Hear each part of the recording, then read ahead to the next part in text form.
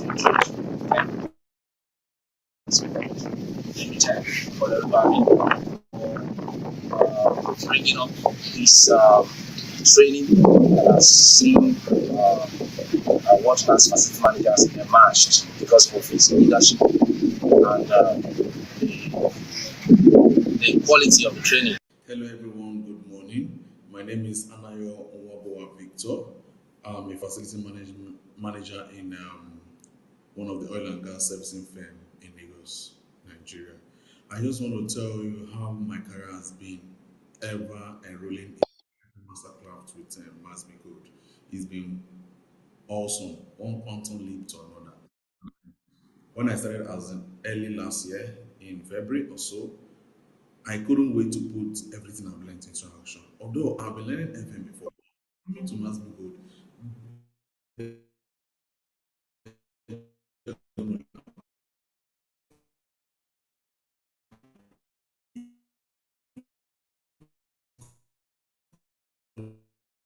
assessment for where I was working before in an estate I managed. I did my facility maintenance planning and record. I also went as far as doing a more advanced PPM. Apart from what they are doing with the experience and knowledge I got from Max-Migold. In fact, right now, I don't know if there's any equipment or facility that I don't understand. Because of the two lectures of Max-Migold, you don't just learn from there, you also maintain relationship from there. Even when you run into problems, advices come around. But what am I trying to tell you? My career has grown. Even before I left my former place of work, my salary was increased. And early this year, I got this offer. And when negotiating, I negotiated twice of my salary. Yes, you heard me. I'm being paid twice of my former salary in my company. I am the facility manager right now. I give advice, innovative methods, and current issues and solve problems, all because of the knowledge I received from Max-Migold. So to improve your career in facility management and to know more and to understand more, Max-Migold Limited is the best. You will never regret ever attending or paying that figure because the knowledge is for life. Thank you. My name is Tosi Ogunlade. I'm an architect by profession. I practiced architecture for many years, but I needed to stay back home to take care of my kids for a while. And after that, I needed to bounce back into career. And I thought of picking up what I could do to boost myself. And then I picked up the FM diploma program. I did that, and it helped me to achieve a career leap in the sense that I was able to secure a job as a facility manager to manage an aspect of the Oshodi bus terminal. And it has helped me. The program helped me to learn the essence of proactivity. It helps me to be proactive, to be able to work with my team members. Now, this is a program that is open to anybody from any field. If once you do this program, this facility management diploma program, you'll be taught, you'll be well trained, well taught how to be able to function as a facility manager. This is a program I advise anybody to come into. I will advise you to pick up this program, and you will learn from it to be well groomed. You will learn a lot, that when you come into managing a facility, you will flow easily. It will just be easy. So you learn how to be prepared in case of emergencies. You learn how to do your maintenance plans. You learn about safety and security. You learn how to do your facility condition assessments, also to make your asset register. So please register for this program and you will not regret it. Thank you. The classes, I just thought, okay, the best thing is if I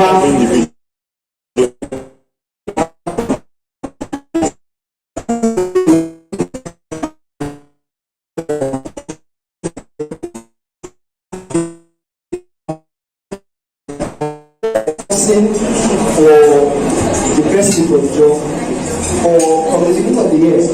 The two way, as I discovered that Max-Migold actually did a training for the company like 3 or 4 months before that time.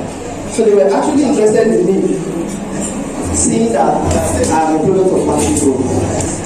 But within a few months, they were able to see the skills and strategies.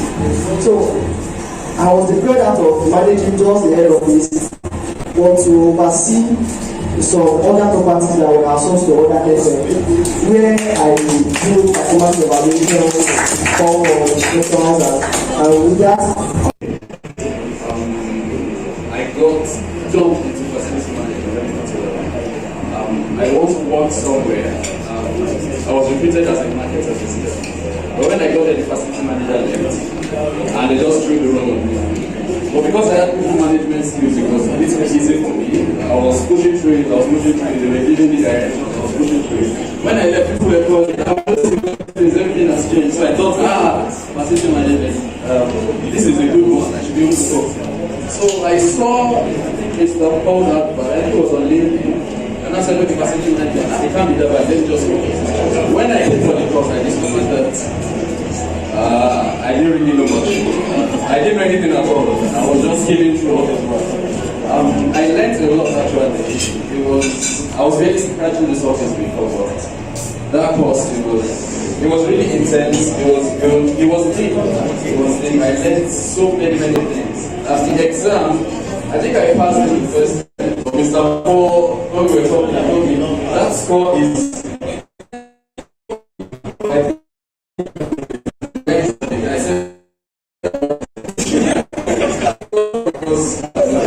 So my wife told me, she said, do this thing again, like you've done it the first time you go, but it's too late, you can write it. I was already, if I said let me do it again, I did better at that time around, so I said, okay, well, this is good. But now, I don't work for any company particular. I get people that call me and tell me to do proposals for facility management. I get people that call me and tell me that they need a facility manager, and they need somebody that they can trust, they need somebody that can work for it. So yeah, it's all good. I think I've grown. Very nice to be everybody that pushed us to be the best. Even in energy management, I was able to reduce our diesel consumption to 30% reduction. So Max-Migold, the FMC training has really impacted me in person, and I sincerely want to thank all the facilitators, Mr. OC, Ms. Roslyn, and everyone that's anchored, people that are not, the trainers that are not here. I sincerely appreciate everyone, and I want to sincerely assure Max-Migold and Mr. Paul Awubami that I will continue to be a good ambassador.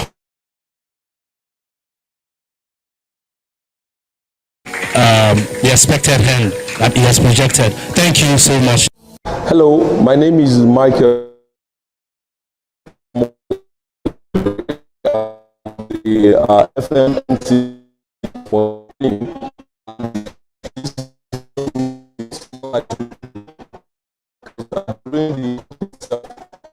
there are a lot of things that I learned to reorientate myself when it comes to facilities management, rendering quality service to customer, being able to carry out proper presentation to the C-suite on what needs to be done strategically in a facility. So this course I recommend to everyone. It's a very good one. Thank you. Good afternoon, everyone. My name is Maria Denike Alabi, a student of FMC Max-Migold program. So during my course of study with Max-Migold, I learned a lot of things. I have a lot of take-home, like training, management, management, and what have you. So my major take-home is on the HSC part. I've always thought a facility manager is not really should not really be into the HSC aspect of the facility. So for record, HSC is health and safety environment, and I realized that the facility manager will have a massive role to play in ensuring a good and safe environment for the properties we manage. So now, as a facility manager, I ensure that my work order, my safety permits are well prepared and are well abide with during the course of work. This is to avoid any form of hazard or potential harm to not only the facility but also to the vendors and staffs present at work at the moment.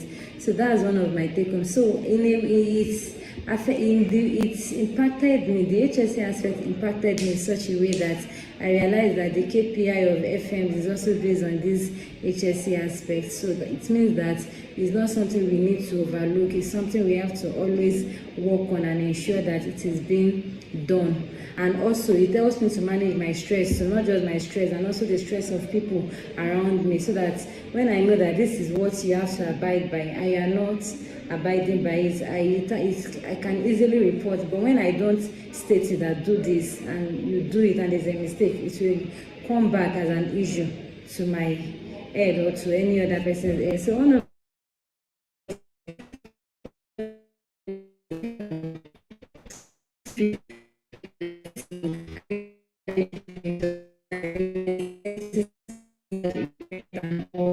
so massive, and I appreciate the lecturer that took us that day on the trip. He did a lot of explanation, a lot of talks, and it made me have this knowledge that wow, even if I get to see myself there one day, I don't have anything to be scared of, that because it made the whole thing so explanatory. So it's not about how big or how small.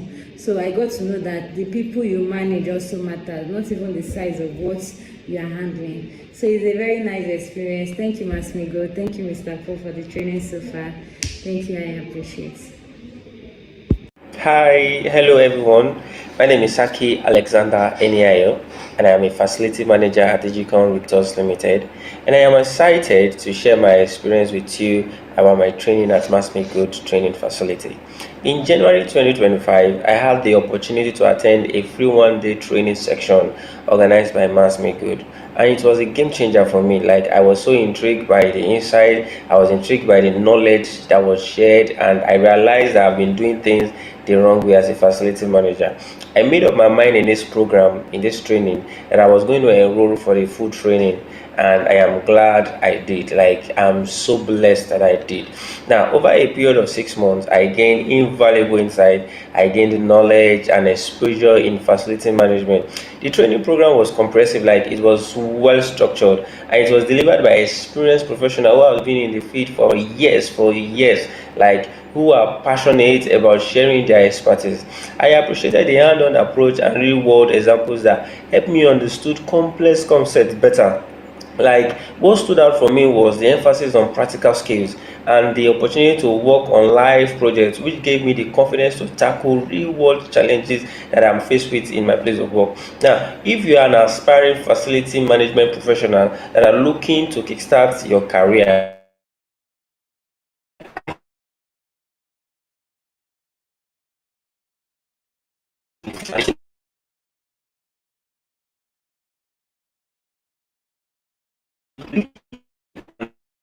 excel in this field. I am proud to be part of Mass-Migold community. Like, I am so blessed that I made that decision in January, and I'm excited to see the impact we will all make in the industry going forward. Thank you, Mass-Migold. Thank you, Mr. Paul. You've been a blessing for me and for an incredible learning experience. Thank you so much, sir. God bless you. Good day, everyone. My name is Akambito Sanlayewaju. I'm here today to testify that my Max-Migold has helped me career. You want to build on your facility career level, join Max-Migold, and your life will not remain the same. Your career level will not remain the same. Thank you, Max-Migold, for the opportunity given to me. I joined and I finished well. And after my graduation, I thank God that like 2 or 3 companies that called me, and I chose the one that is best for me. Thank you. So, and for the people, for other practitioners out there, if you want your career level on your facility to be more fast, to be elevated, please join Max-Migold today, and your career and your facility management skills will be upgraded and will not remain the same. Thank you. God bless Max-Migold. God bless all the staff. God bless all the lecturers. God bless everyone in Max-Migold. Thank you, Mr. Paul Erubami. God bless you more, sir. I said, thank you. Hi, I'm Aladi Eladini Raphael. I recently completed my Mastercraft Diploma in Facility Management. Coming from a background of electrical engineer and a business administrator.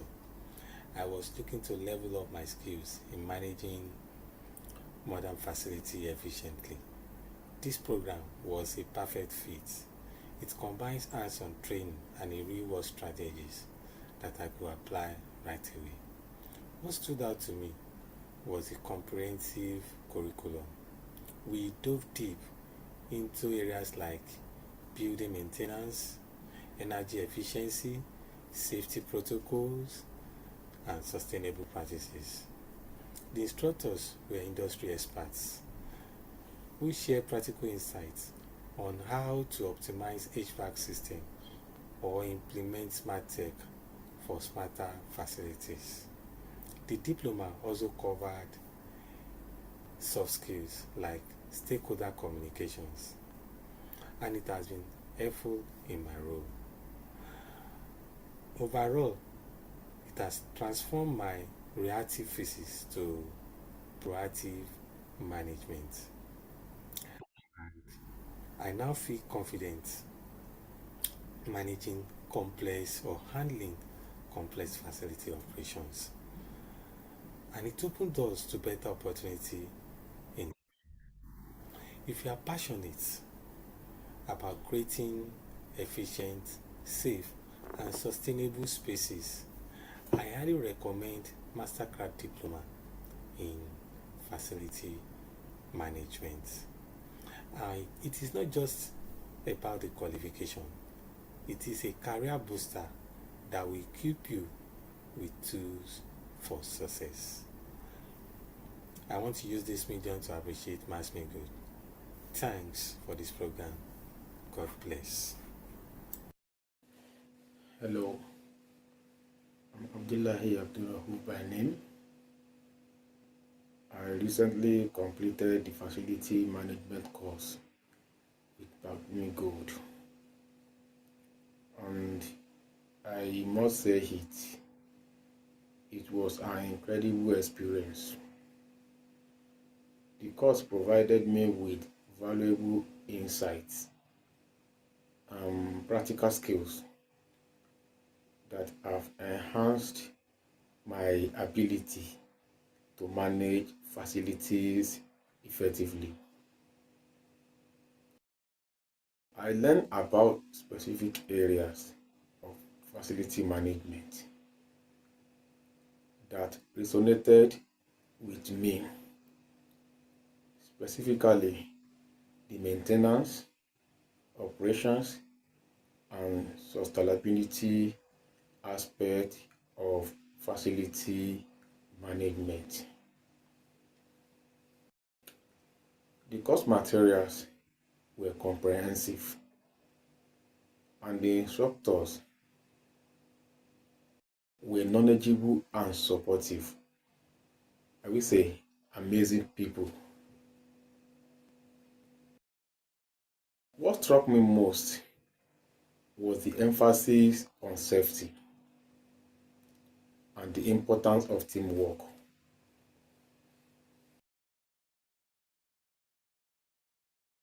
The course has given me the confidence to take on new challenges and make positive impact in my work. I am grateful for the opportunity to have taken the course, and I highly recommend it to anyone to advance their career in facility management. Thank you. My name is Philomena Edoro, and I'm proud to be a graduate of this Facility Diploma program. When I first joined the program, I was eager to build a career that blends technical knowledge, strategic thinking, and people's management. What I found was far more than that. It was not just a curriculum, it was indeed a transformative experience. The FM Diploma program gave me a foundation and even enhanced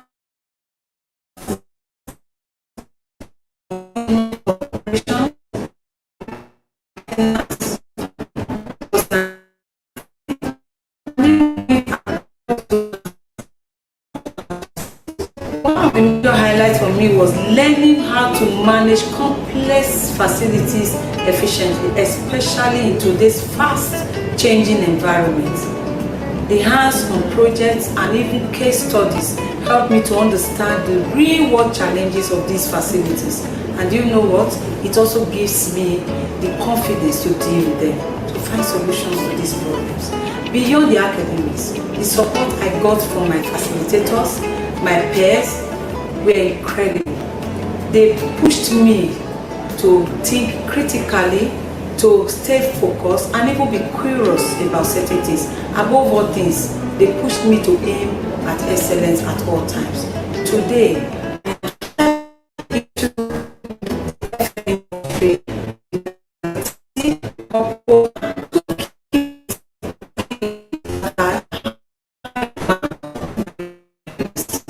this industry. I am so excited about the future because this program has not only shaped me professionally, it has also aided my personality. Whether it's managing smart buildings, leading sustainability initiative, or improving workplace experience, this program has really added value to me. To everyone considering to take or to be part of this program, you don't need to think twice. Please go for it. Go for it because eventually it's going to enhance your qualification. Not only your qualification, it's going to be a launch pad for a meaningful and a dynamic career. Thank you.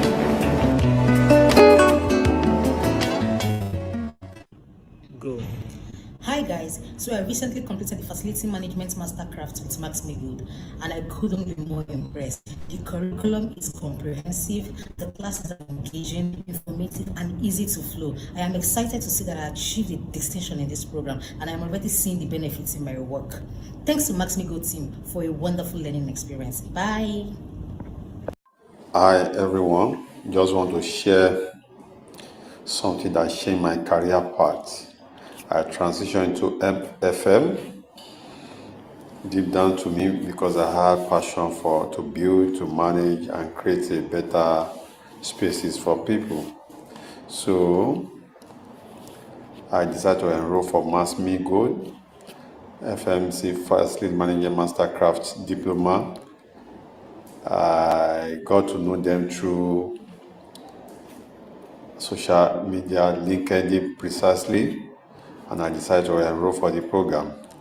Believe me, it's been a game changer. Even deep down to me, I know that, yeah, I am a professional facility manager.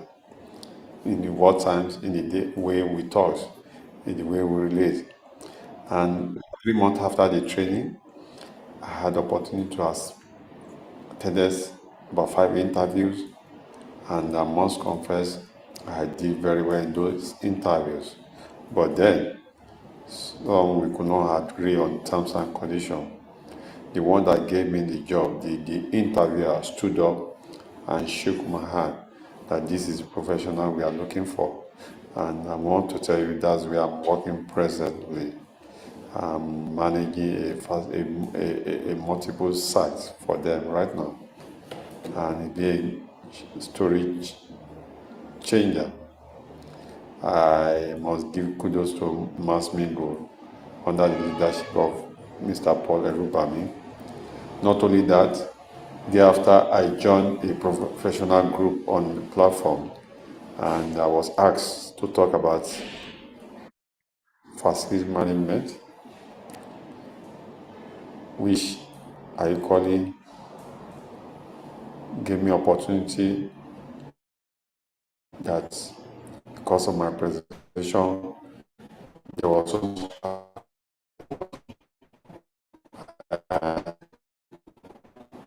this must be turned into book, and that led me to write a book on 9 mindset of successful facility manager. It's online, it's on my LinkedIn. It's a book that every facility must read. Therefore, I would like to recommend facility management program for people that aspire to take a career path in facility management through Max-Migold. Is a practical practical, deep experience program. It's a game changer. I know I'm saying this, you know, even when I'm talking to people, look as if I've been doing the business, I've been in the profession for many years ago, you know, but it was that.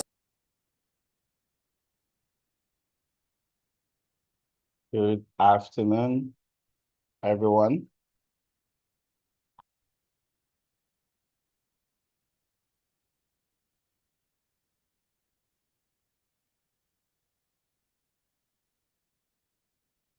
I hope you hear me okay. Anyone?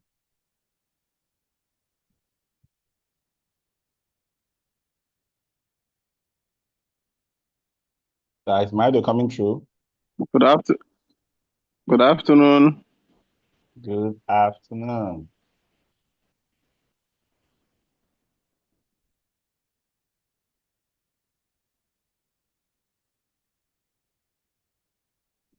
I can hear you. All right. Thank you so much.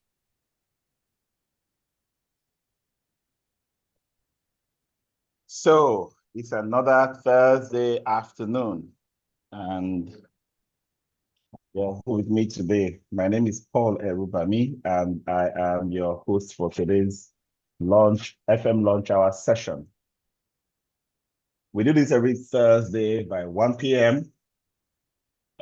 Those who are regular with us on Thursday knows that we always come with a loaded package. So if you are here for the first time,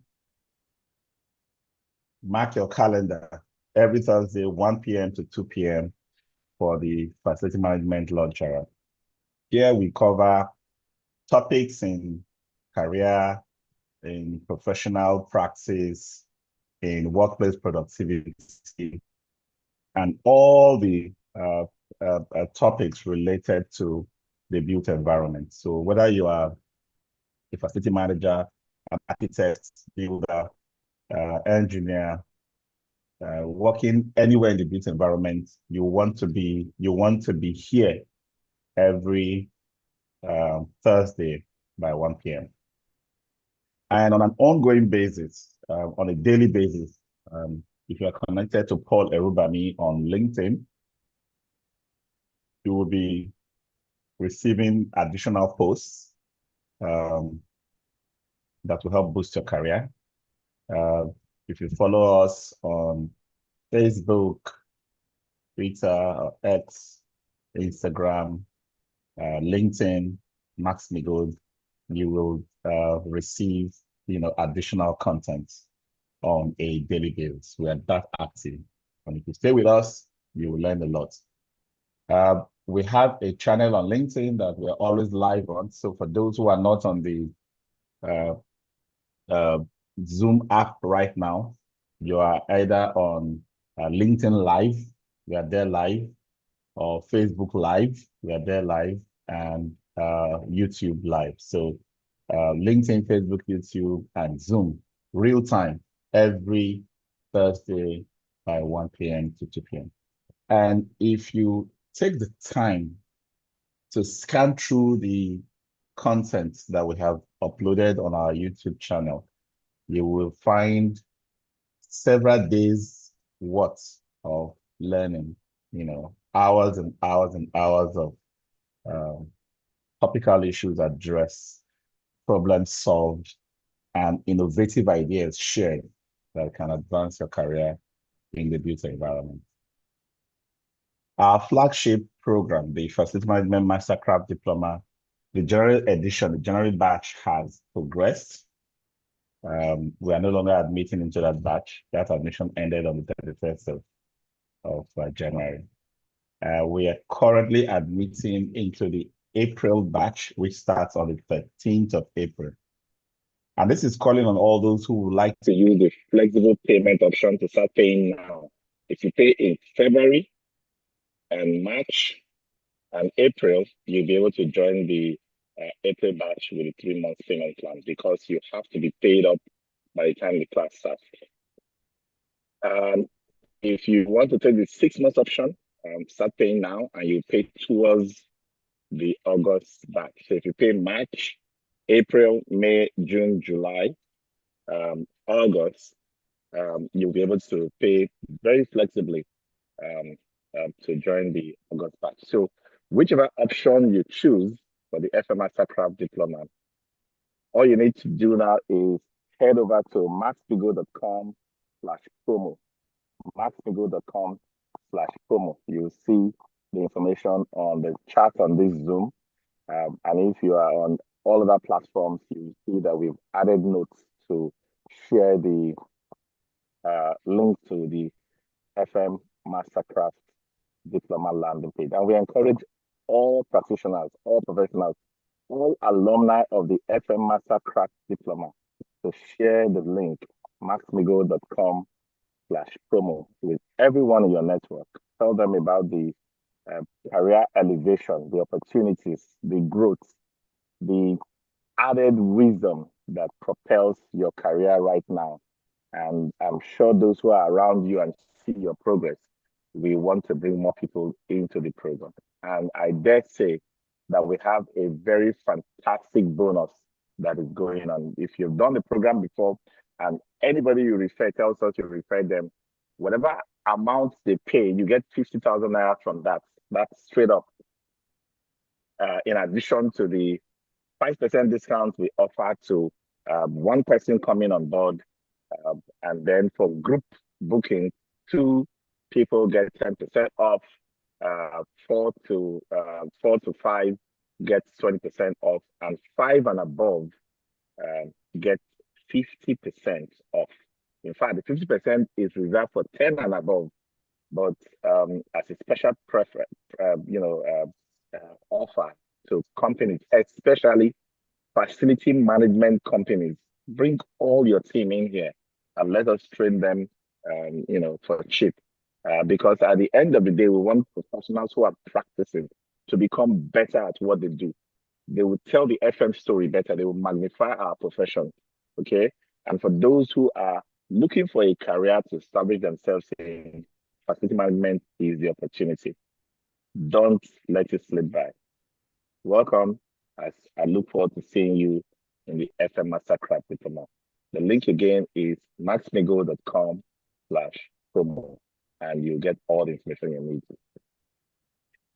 In today's topic, just like many other topics we take, we try to open your minds to areas you probably didn't think about in facility management, things that you didn't quite think was your job as a facility manager. Your sound is not clear, sir. Sound is not clear. Is that for everybody? Does anyone else hear my sound clearly? Yes, sir, it's very clear. Yes, it's not clear to me. Okay, so I have 2 not clear and 1 very clear. So let's see. Could that be? Can I get another feedback on my sound? How does it sound now? Good day, Mr. Paul. Yes. It's a little muffled. A little muffled. Okay. Let me see if I can close my headset. Yeah, yes, better now. Better. You did something else better. Better, right? Yes, perfect. Interesting. It's better now. It's better now. Sometimes you can trust these headphones, and when they are tired, they start giving you this kind of signal. But it's okay. I'm going to speak directly to the laptop since it's better for you this way. Okay, so, but I hope you didn't miss much from what I have discussed so far. The point I was just trying to emphasize is, when you come into FM, or before you come into facility management, you will hear of people who take care of buildings, right? So when you're coming in, your mindset is that of, we will be the ones take care of the buildings. They will call us when they have issues. We will put programs in place and processes in place to ensure that everything works in the building. So all our focus is on the building. But if you come to the FM Mastercraft Diploma and you take our programs, you will begin to have a paradigm shift. You begin to realize that buildings don't exist for themselves. They exist for people. Your work is not so much about the, but about the people. So we as facility managers, We make buildings work for people. Our job is to care for people. So our duty of care is to the individuals who are using the buildings and the productivity of the core business. In fact, that comes out of the globally acknowledged or accepted definition of facility management by the International Standardization Organization, ISO, where FM's purpose was defined as improving the quality of life of the individual and the productivity of the core business. So if that is our purpose, you will realize that your career stays stunted at the shop floor, at the basement, if you focus exclusively on the mundane. Sweep it, clean it well, oil this, repair that, fix this and fix that. Because you would have lost the purpose.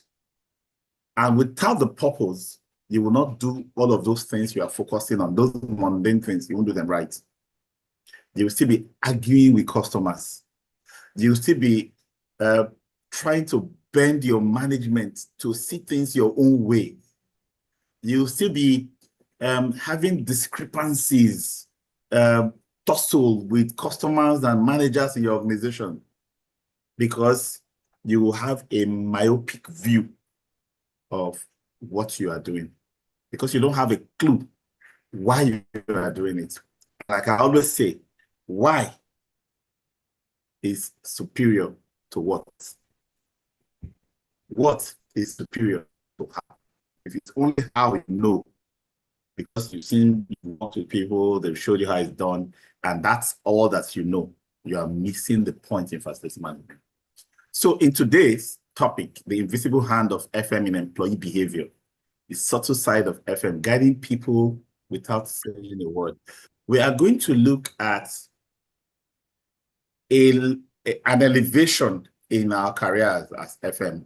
One area that when we play our role well in this area, we will become a driving force within our organization. We'll become a creator of momentum for progress within the organization. We'll become a contributor of value beyond measure within the organization because we'll be impacting lives directly with our work as facility managers. So let's look at our course objectives. How does facility management environment shape employee behavior? We are not psychic. We are not going to train you to become psychologists or guidance counselors. No, but there is so much about the ambience, about the environment that people find themselves that guides their thinking, that influences the words, the pitch, the loudness, their general behavior, their general, comportment. Think about it. Even if you are a very lousy, noisy person, there are some places you will enter. Just looking around like this, you'll be controlled. You will know that there's a way I will even walk. I'll be out of place. Everybody are just doing things very organized, very coordinated. Even you, with all the madness that are bringing you from outside into that place, you will behave. Go to some, I mean, airports, environments in some countries, even embassies, go to some offices. The moment you arrive and you see the environment, you adjust. And that adjustment that happened to you, most people don't realize the FM that created it. The FM that, through subtle moves and adjustments in that environment, through the lights, the sound, the colors, the kind of furnishing around has created a mood that becomes pervasive. So for business leaders, you probably don't realize how important it is to use the working environment to boost productivity. Certain habits happen in certain environments because it is seen as, what extra harm can this cause? This place is already bad enough. Take people who smoke, for example. They will get to certain places. They will look around, look right, look left. They will leave their cigarettes in their pocket. They will not bring it out. Those people, when they get some places, they will not even take permission. They just light it up because they don't really have anything that suggests that this will be out of place. I'm creating the place as the FM, right? So by creating the place, I set the tone for what is in place and what is out of place behavior just because of what I put in. So habits can be controlled by you, the facility manager's design of the environment that you work in. And then there is workplace culture that is built around that space, comfort, user experience. A culture of respect, a culture of productivity, a culture of collaboration is easy to breed without much coercion in an environment that has been set to exude that kind of reality for users in the space. So layout, ambience, lighting, sound levels, and all of that we'll be talking about in this. So you just see yourself thinking at another level, at a different level, and for facility management companies, sometimes we struggle to collect service charge, we struggle to charge a premium, we struggle to show value to our customers. There are certain subtle enhancements that will give the end users a feel of prestige, a feel of luxury, a feel of I feel proud to live in this place because of the way the facility management company is managing the place, that you can charge and they will pay what you are charging. They won't feel any qualms because they see the kind of care, the kind of attention you're paying to details around them.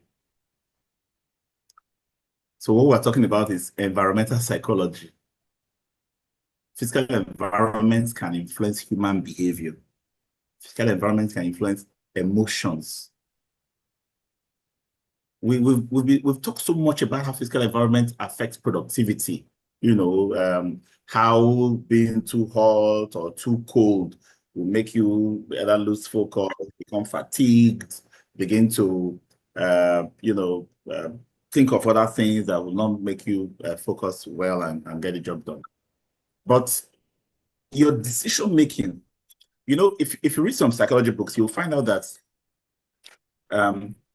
whether you have eaten or not, whether you're hungry or not, whether you're thirsty or not, whether you are hot or not, whether you are cramped, crowded, or free, so many things affect how you think and take decisions without you, the decision maker, even knowing what's affecting you.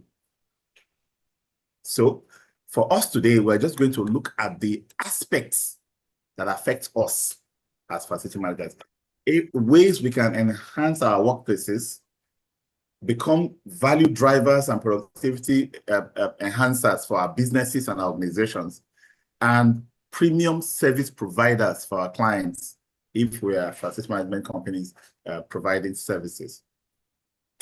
So beyond that mental impact, also think about how noise, temperature, lighting, color affects mood. There's an environment you will enter, when you come in with a cheerful spirit, as soon as you enter, your mood can be dampened. There's an environment you will enter. When you enter with a moody, gloomy feeling, as soon as you get into that space, you will receive cheer, not from any particular person, just from the environment, from the subtle choices that have been made in how colors are picked, how the noise level is managed, and lighting, and so on and so forth. So what we're trying to say here is, as FM teams, let's begin to enhance our spaces, design spaces that encourage focus, collaboration, relaxation based on the organizational needs. In large organizations, you will find out that not every group or team of workers require the same type of environment.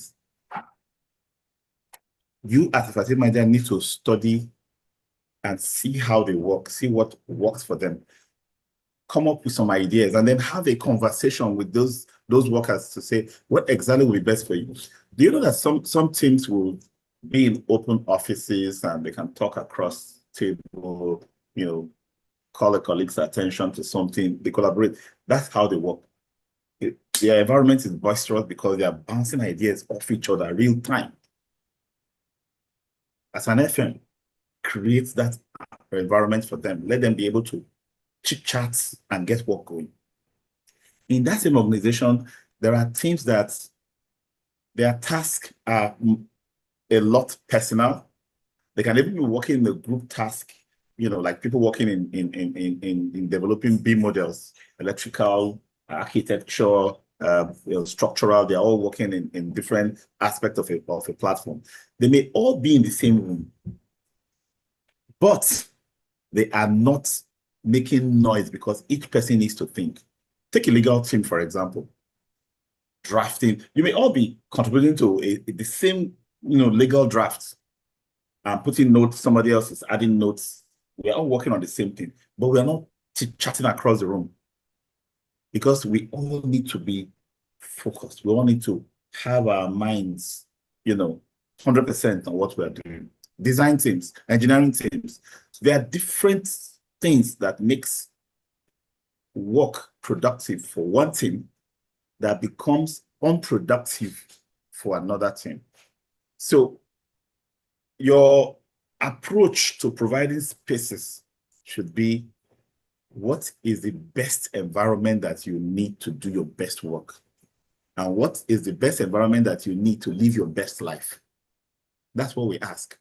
And as we begin to pull in these thoughts, pull in these ideas, research more, because sometimes some of us are so busy doing today's work that we are not even having time to look out and see how other spaces are being managed, what evolution in space organization is happening. We're not taking time to enhance our knowledge and skills, our enlightenment. We are so 5 years ago, 6 years ago, that we just see normal in what is on ground. But if you always spend time reviewing the needs and expectations and requirements of those you're serving and looking out to see what new practice and what new solutions are out there that are helping other organizations to do better with their team management and their productivity and well-being, you will see how things can change in your own facility, especially you, the facility manager, bringing up ideas and be appreciated at the top for those ideas when the results become seriously felt. Okay, such subtle cues that affect decision making, lighting and ambience can influence whether employees feel alert, calm, or stressed, shaping how they make choices. Lighting. Sometimes we have, I think most organizations now, because of energy efficiency, have adopted all white lights all over the place, right? And for us as facility managers, we do something that I think is rather reckless. We provide the lights without checking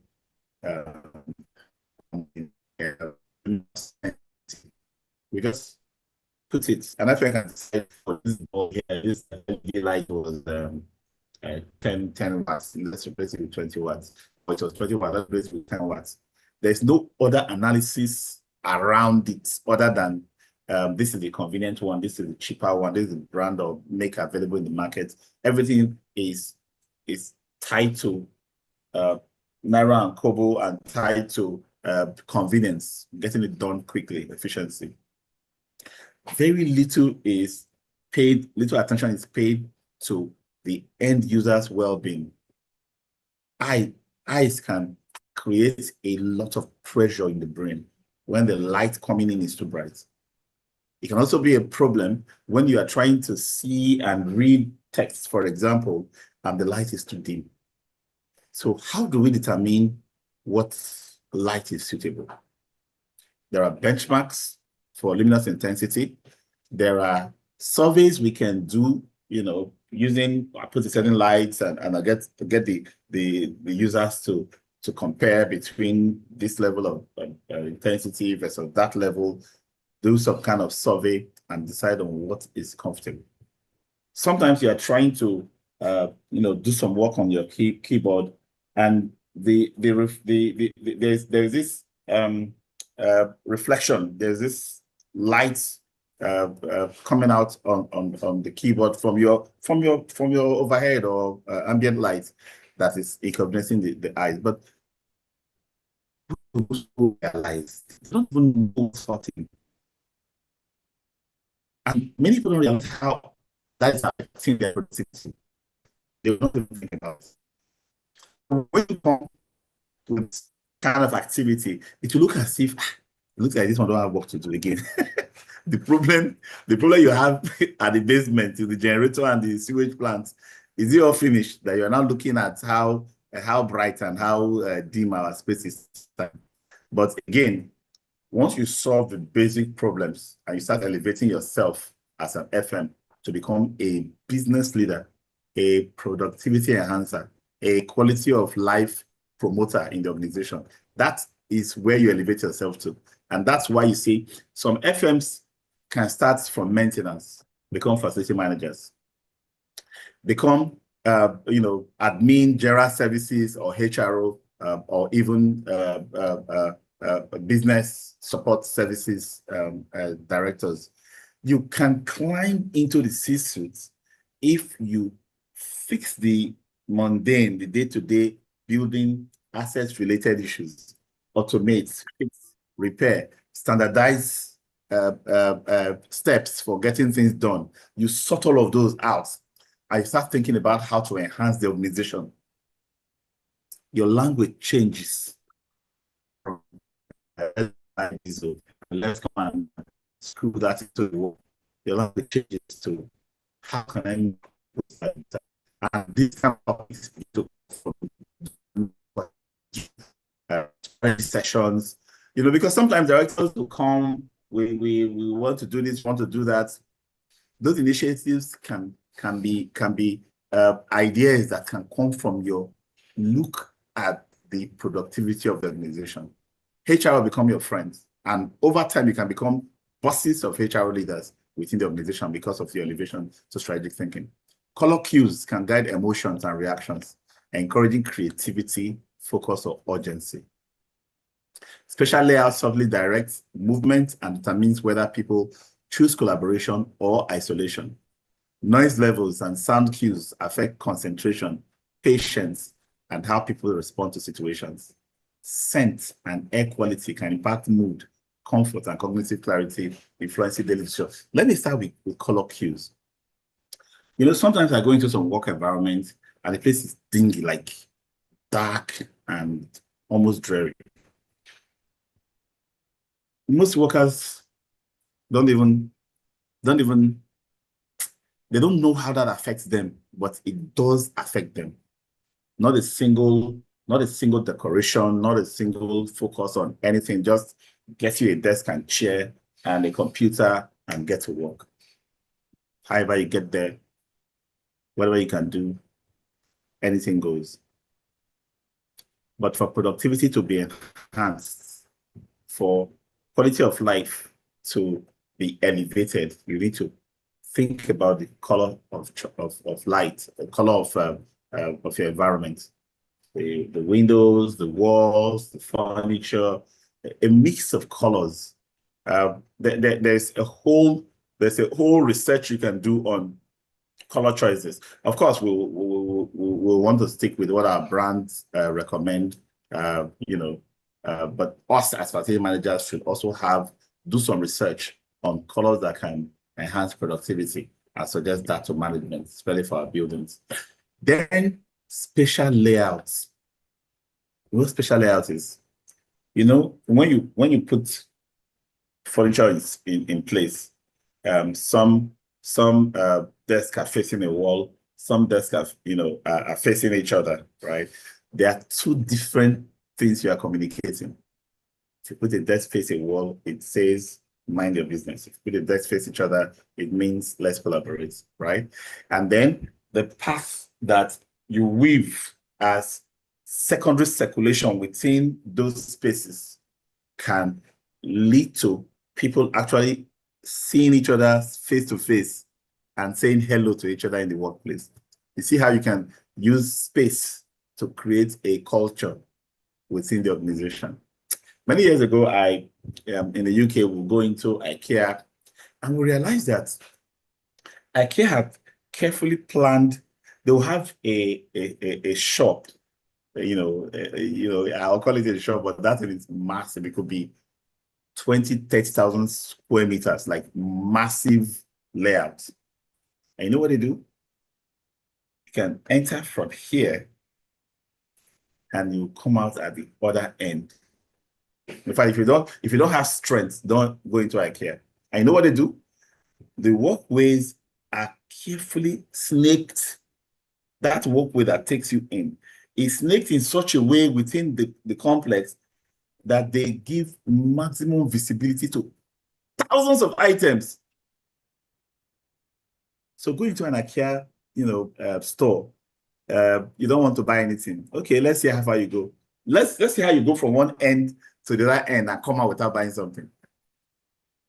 In fact, it gets to a point where even if you don't want to buy anything, when you see places where they dropped some price, so this thing was 200 pounds, but they are selling it for £5. Even if you didn't need it, you will pick it. But what did they do?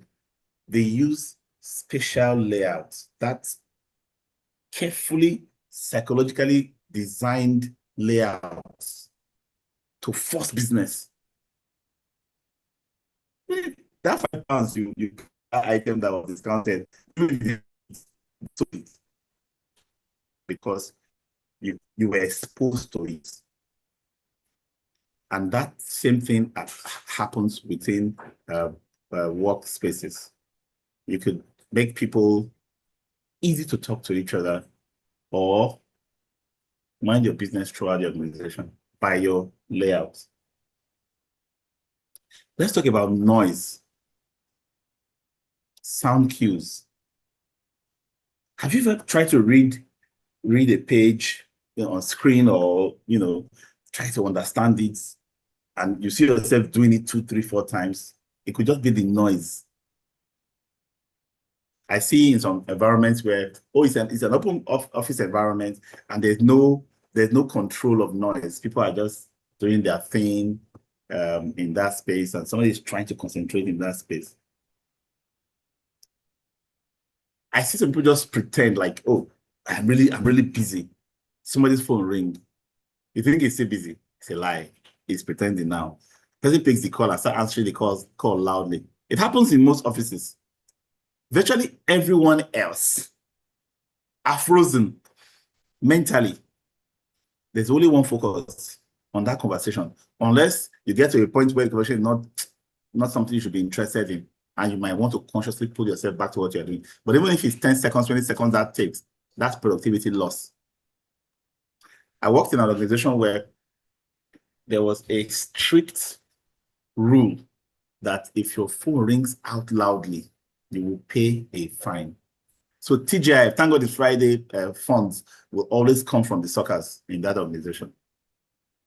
So if you allow your phone to ring, you didn't put it on silent when you are inside the office and it rings loudly, no problem. Somebody is there taking notes.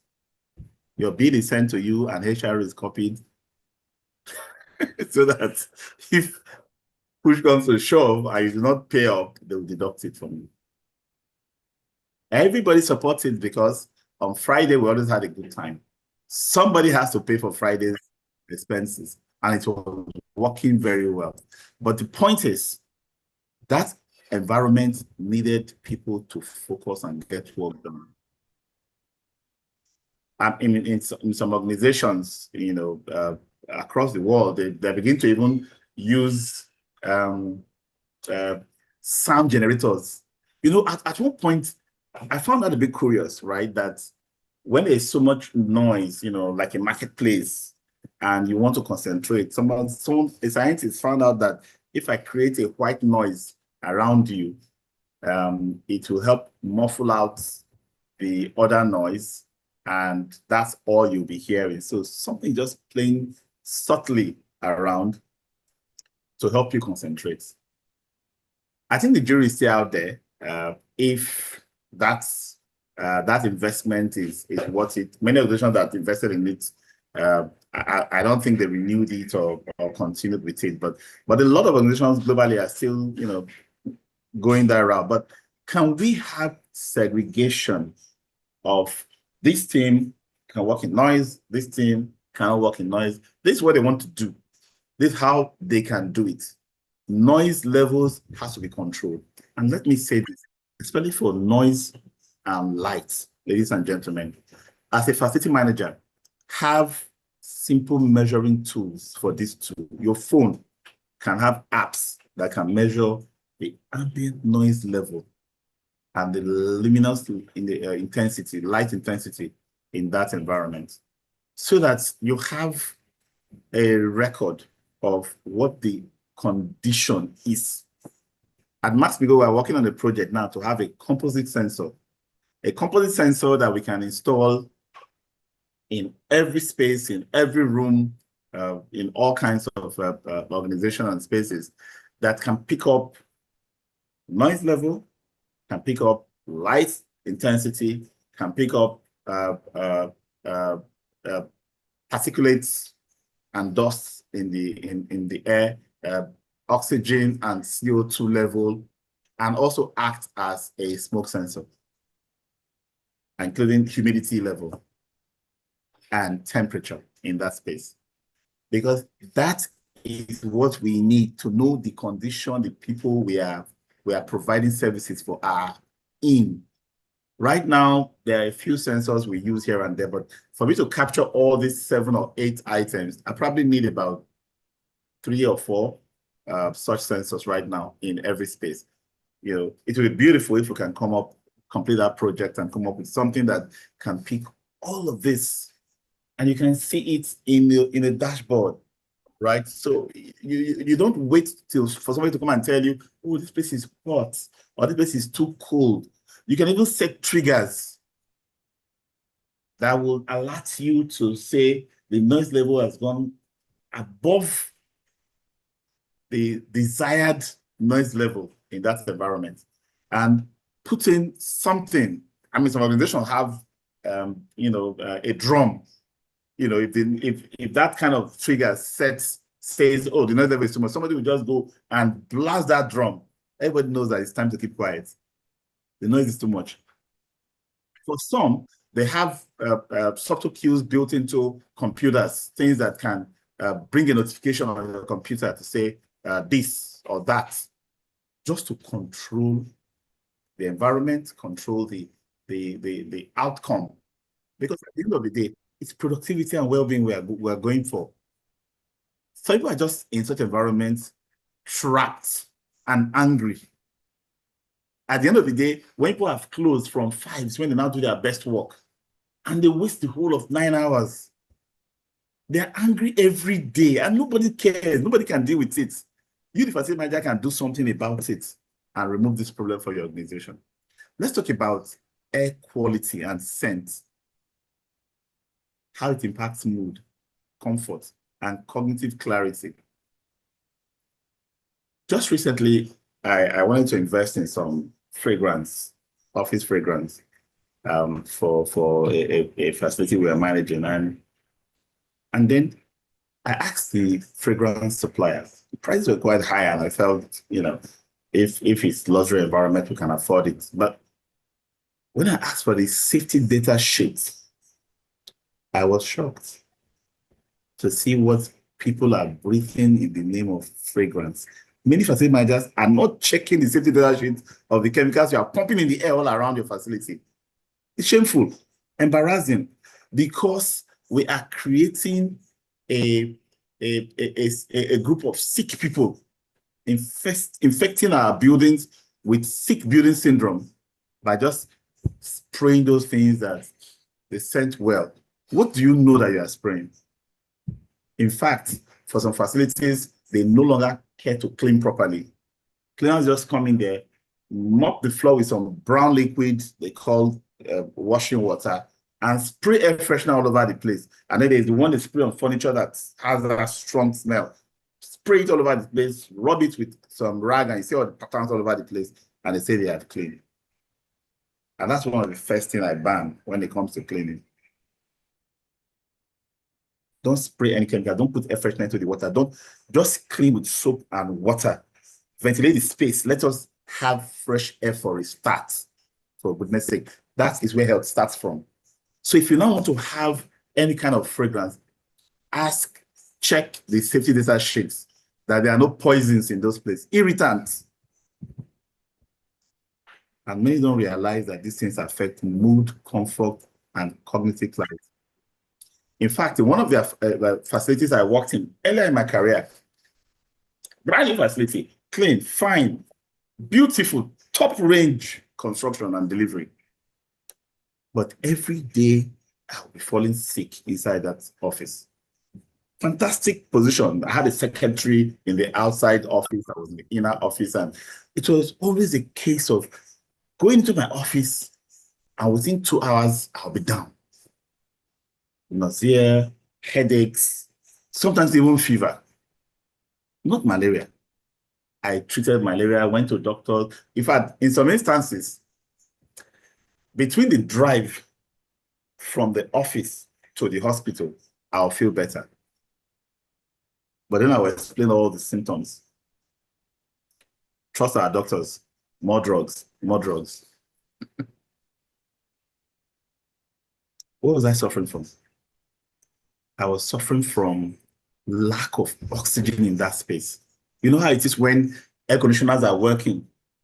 Everywhere is chilled. This place is super. When the cleaners come to clean, they do that thing they normally do. They clean up the whole place and they pump in air freshener, further oxidizing and removing the oxygen available to breathe in. And that room is always locked. By the way, don't forget that split unit ACs don't bring in fresh air. So if you are using split units or some of these VRF, VRV systems that have fan coil units and CCUs all over the place that they don't have fresh air intake into that system, I advise you to program window opening into your activities so that air can come in. No matter how bad the air outside is. If you have used up the air inside your space, that air inside your space becomes worse than the air outside within just 48 hours. So program it in. So I kept falling ill and eventually I realized what was the problem. My office door was always closed. The windows were always closed. The ACs were always on. The cleaners were always coming to clean and pumping more air freshener. In fact, that's one of the reasons why I banned air freshener and scents from all my cleaning operations. Clean, don't spray anything. No chemicals around here. Because it affects mood, productivity, even health can break down because of this.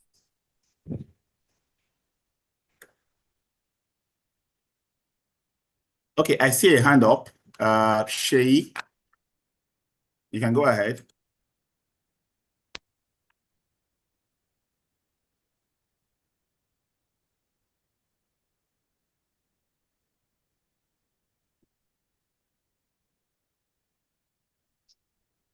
You can unmute. Yeah, okay, yeah. Good afternoon, sir. Good afternoon. Yeah. First of all, let me thank you actually joining late. From some of the things I was able to pick, in fact, another thing that I've had dead into my facility management skill, because I've been looking forward to this kind of assembly, let me just use it like that, to ask some certain technical and deep questions, which you have led me to solve some 20%. Okay. And I still have a lot to ask, in fact, you, because I see one of the grandfather of facility management in Nigeria. I started to lecture far back 7 years ago.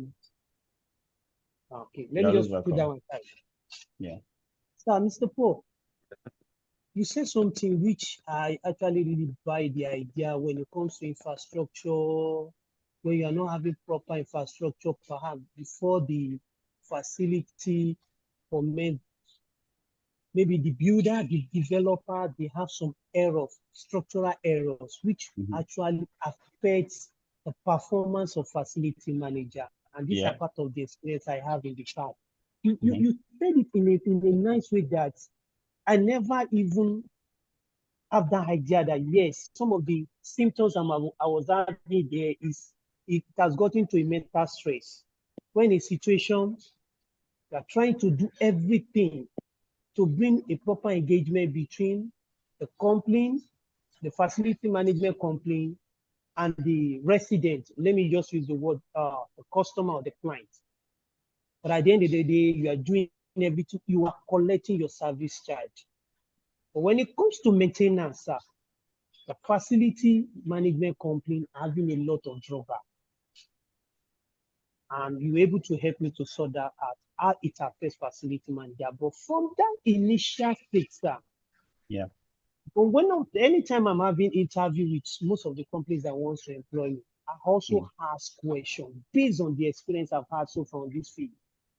You ask me every of your questions, you'll be so happy where I attend to them. I attend to them based on my technical knowledge and my experience, a little of facility management theory answers, and they will be okay with me. But I asked them this question.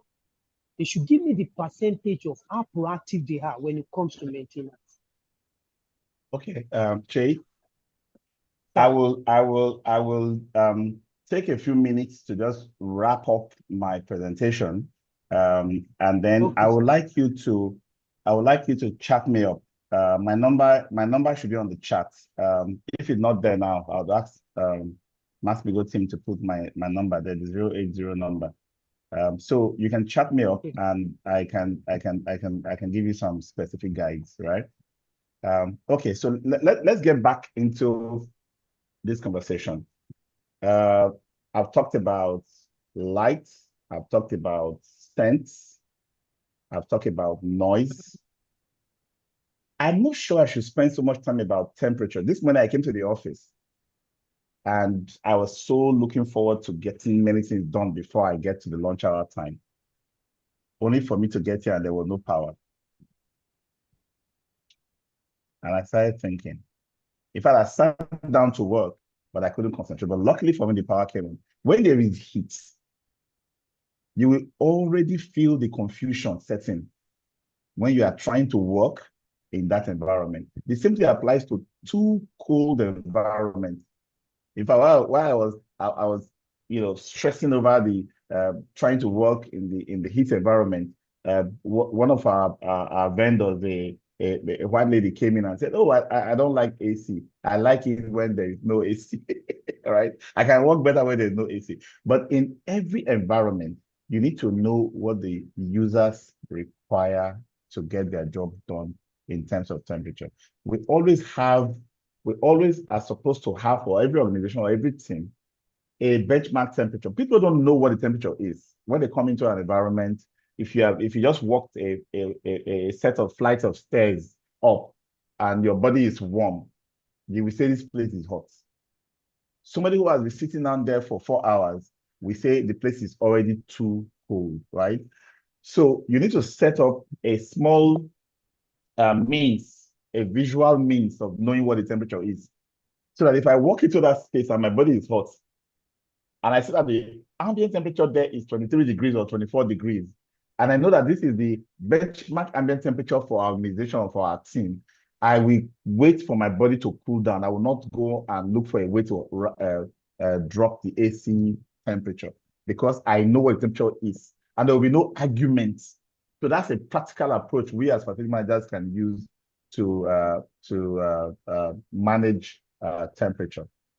Talked about lighting. I've talked about sound. So acoustic effects where you pad walls and you make it sound controlled or soundproof helps to manage that noise and sound level.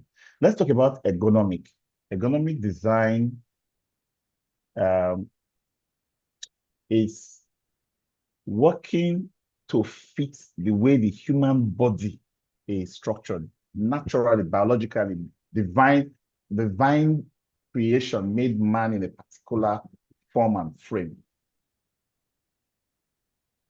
One of the things that we have done in our work that does not conform to the human form and frame is the chair, sitting. So when you sit for too long, you are compressing this body into a form and shape that it was not designed for.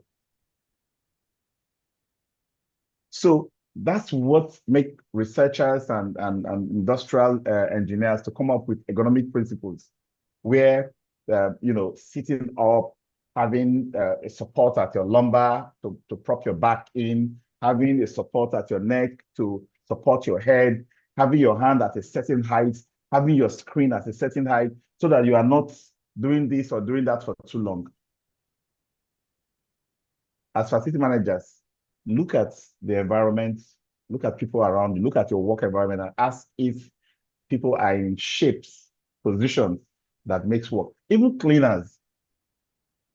Many years ago, I outlawed this African sweeping broom, that short broom that looks like the one they used to do away with, the people used to sweep car parks and outside. I outlawed it because it put people in an unnatural bending position for many minutes, sweeping like that. So we don't accept that anymore.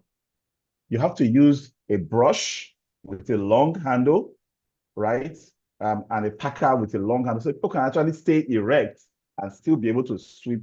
In fact, I think our ancestors had a better idea those days. I grew up and I saw, contraptions where you had sticks, strewn into that broom so that you can sweep the whole of the compound in that standing position instead of bending down with handling the broom directly. So there are so many things in ergonomic that we need to do. Reduce strain, reduce physical discomfort, improve posture, and body energy, concentration and focus to deliver, just because we have enhanced people's health. I was in one organization once where your computer actually freezes after an hour, 60 minutes, computer freezes, and it comes with a black screen that says, stand up and take a stretch and go for a walk.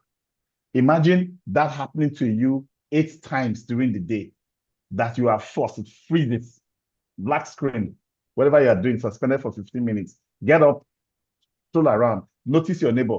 Such notifications will come around just because that organization need to think about the well-being. And let me tell you the truth. If you sit down on a job for 3 hours, 4 hours stretch, you won't achieve as much as you would do if you do that job for 30 minutes, you get up and do something else and come back for 30 minutes. In fact, in less than 2 or 3 of those 30 minutes, you do what 4 hours of sitting down straight to eat would achieve. It doesn't do anybody any good. So we as facility managers need to begin to think like this and bring up these ideas within our organization, because we are the enablers of the strategic success, the growth, the progress of our organization.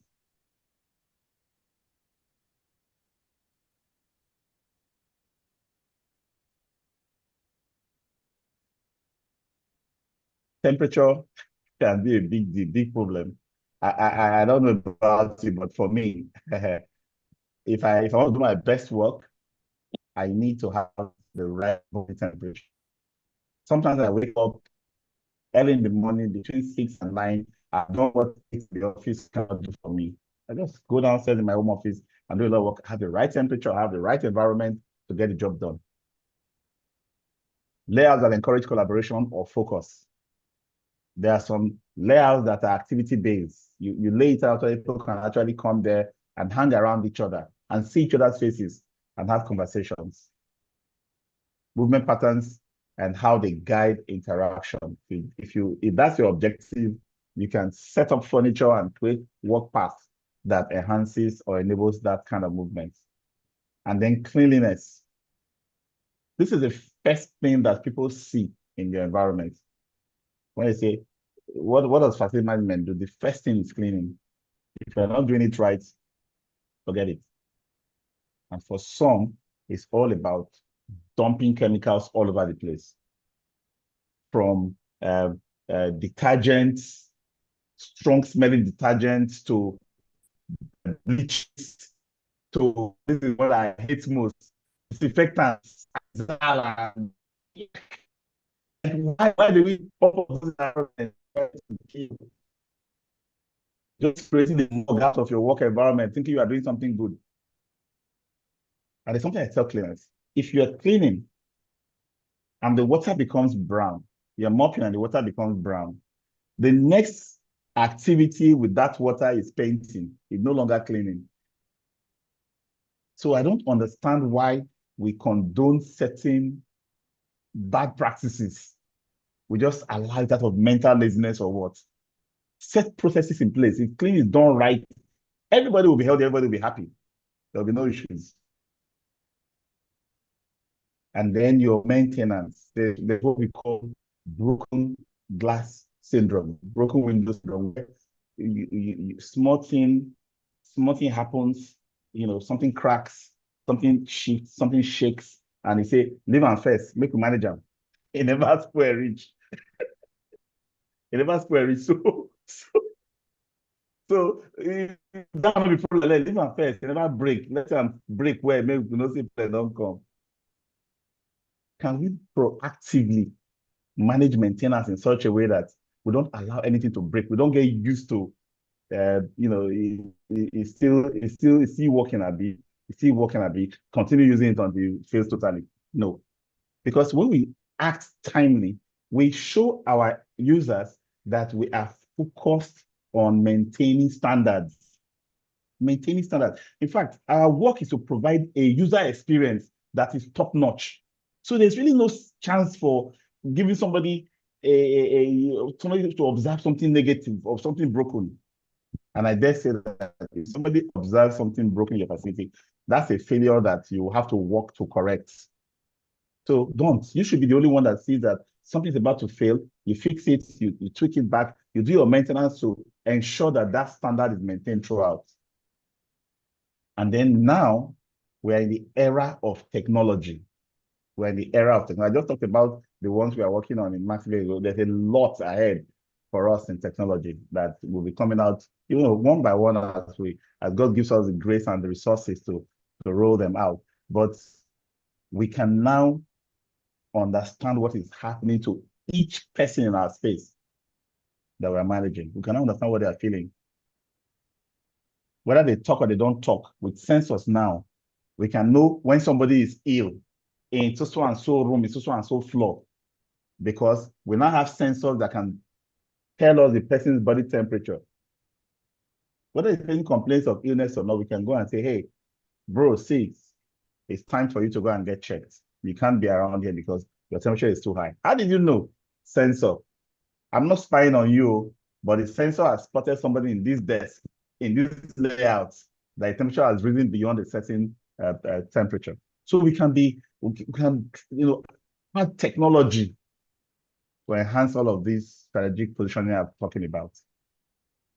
Okay, so that's our session for today. I just wanted to be sure that I gave you the full beats before turning back the time for questions. So please feel free to ask your questions now.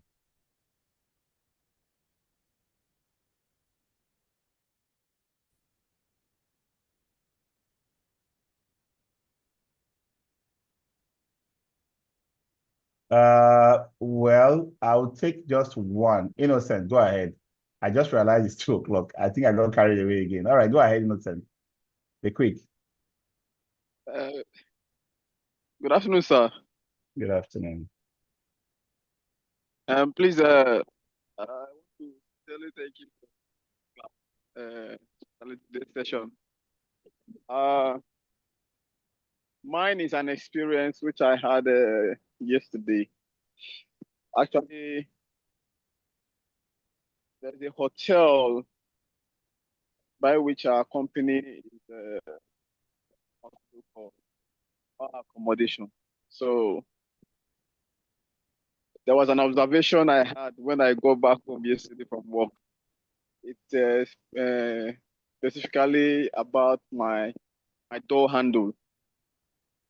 Uh, Actually, it's about the facility manager, the man managing the facility for the owner.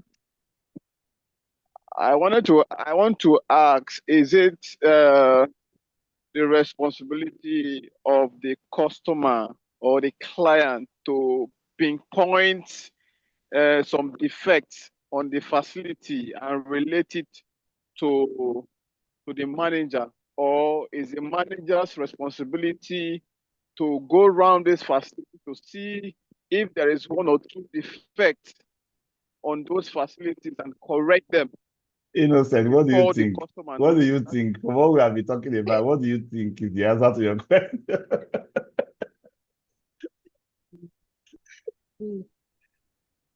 You know, we always say that if the client or the customer finds the fault, finds the failure, finds the defect, you have failed at multiple levels as an FM. Let alone you now wait for them not to they not only see the defect, they now came to call you to say there's a defect. How about now? Which work are you doing there? I understand your situation, my dear. We're all learning so that we can be better. Okay. So when we find ourselves in such an environment and they don't realize what they are supposed to be doing, we can help them. We can help them. You know, you go into an environment, even if you cannot do a full inspection for them, the little inspection you do, you relate to them, and hope that they will respond if that's the level they are operating in. Okay. Okay, sir. All right. Thanks, So, guys. Mr. Thank you for being here. I hope to see you again next week, Thursday. Bye-bye.